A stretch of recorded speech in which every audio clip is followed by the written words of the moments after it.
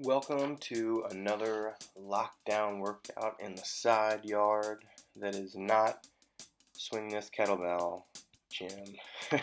You are in my side yard, and this is what I've been doing, just kind of throwing out some personal workouts, and because I have plenty of time to edit them down for you. But this is a lot of heavy hip exercise, but I also like to throw in a lot of shoulder movement. I would say it's a little bit of a warm-up, but actually a heavier weight than most people would use for a warm-up there. So I'm already warmed up and using the ADEX adjustable mace, which they're solidly constructed.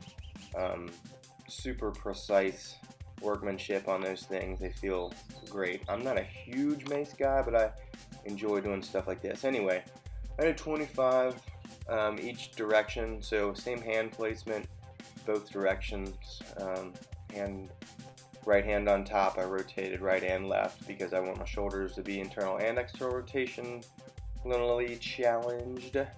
Anyway, and then I just got real warm, and that was the whole point of doing that as a warm up. So back to it. But anyway, I started off with just 100 of those. The 25 or 30 pounds, I believe. I can't really remember. I could count them up. Might only be 20. Let's just say it's 20. Anyway, so take your first couple of minutes, and that's my kind of a strength adaptive warm up. This is going to be a video for the firebreathercomplex with a very heavy weight. Okay, so if you're familiar with the firebreathercomplex, it's one of our favorite ways to train the hip. A lot of hip extension and stuff. So anyway, a couple more seconds of this and then we'll get on to it. So the fire breather normally goes straight through. It's a couple minutes straight through. You do these exercises without stopping. So here's one more prep for what I do for this. A lot of thoracic rotation. I'm very stiff in my midsection because there's just so much strength work that I've done since 2003, 2004. But anyway, a lot of the type of kettlebell training I use builds up a very muscular torso. Anyway, so here's the fire breather complex. Now normally you do all these exercises straight through, but here I decided to cut them apart. So 7 park swings. This is a 123 pound bell, so that's 56 kilograms. That's right there from Great Lakes area up in Ontario. The bells are awesome. I love them. They are great. I don't have too many. All my new bells right here are these cast iron bells. Anyway, so I did 7 park swings. You can call them dead stop swings. You can call them touch and go, whatever. And then immediately into 7 Russian swings. So you notice that it doesn't look like it's insanely explosive because it's 123 pounds. It's not going to move very, very, very fast. So now I took a rest, and I'm going down to 6 double hand cleans on the right, and then 6 double hand cleans on the left. So you're probably going to get about, let's just say, an average of 20 cleans per minute. So there's 12, so it's going to take you just a little bit over half of a minute, anywhere like probably about 35 seconds or so. I like doing these because you get that weight unilaterally. At the same time, it's how I would carry a lot of things and pick up things that are heavy in real life. Just get into that shoulder, and you're not going to just have one hand all the time when it's really heavy. Rest again. So now here we're going down to 5 single arm swings. Any weight that you're swinging like that gets pretty heavy. Handle gets pretty thick.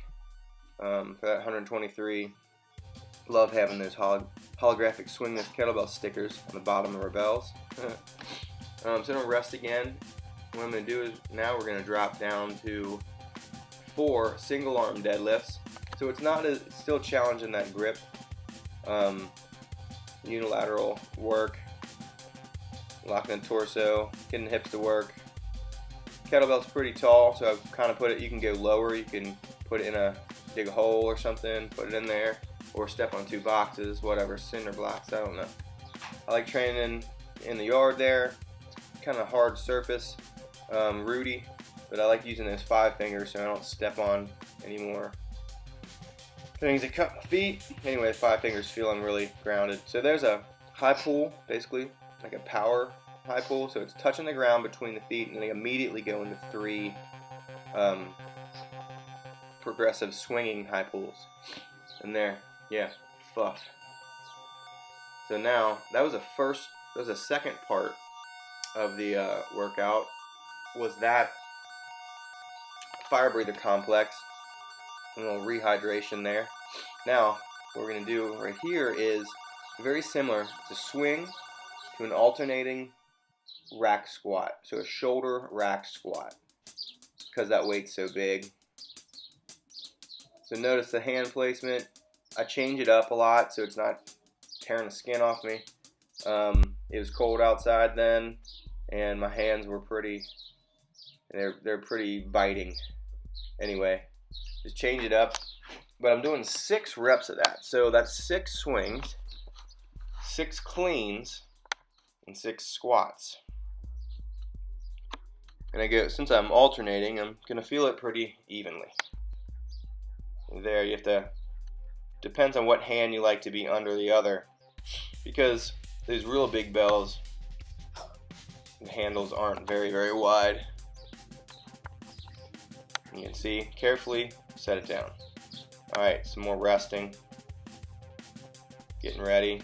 I don't rest too long, a few minutes, walk around, throw some shit out of the yard into the other part of my yard. But anyway, we're going to go for the second round.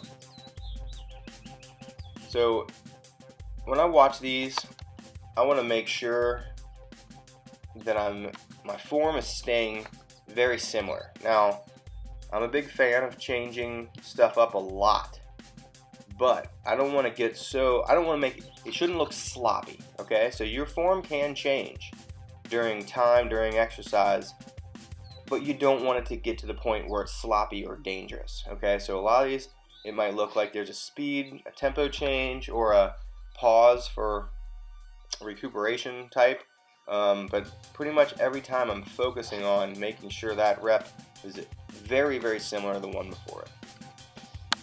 But just know that as long as they're not sloppy, it's alright. So now we're going to go into the one-arm mace swings.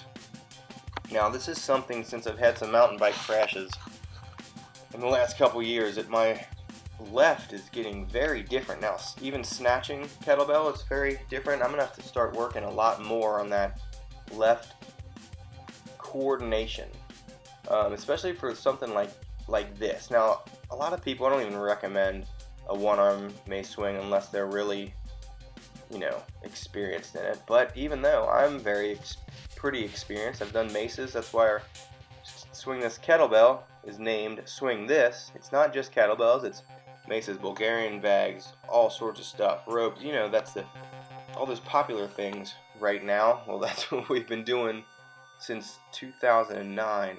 So anyway, I gotta work back on this.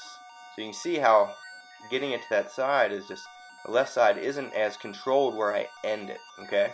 I finally figured it out, and on this next rep, next set, you can see that the left becomes a lot different. I started to keep it higher and moving a little bit more, the speed a little faster. So that right one, see, I balance to bring that elbows down. This is, I think it's in double speed. Anyway, so now let's try the left side again. So notice how I keep the elbow a little higher right here. I start to get it. I just got to keep that elbow up a little higher. There it is, right there. So that seemed to have a little bit more control for me. And now, the rest of it. This is like, I don't know, I was gonna say butter on the toast. Anyway, so here, a swing squat with 123 pounds, sets of 10, because I'm an old bodybuilder that doesn't really get injured training anymore.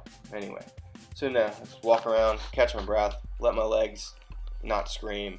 Now round 2, now you can really tell. So as you swing it up, you're just going to swing it a little bit lower and drop. So it's kind of like a jerk. you're dropping that squat in there right in between the swing. While the bell is still coming up, you drop down fast, come up. So it's super fast, and it really gets, like I said, fuff. It really gets your legs. It's a very quad dominant exercise because see how I'm not really locking out up top, not locking out the knees, because you don't have time for it. So when you swing, you immediately drop that weight, almost even push yourself down. But anyway, sharing is caring. We appreciate it. If you like this, give us a thumbs up. Ask any questions. Please share this workout, and talk to you soon. Swing this.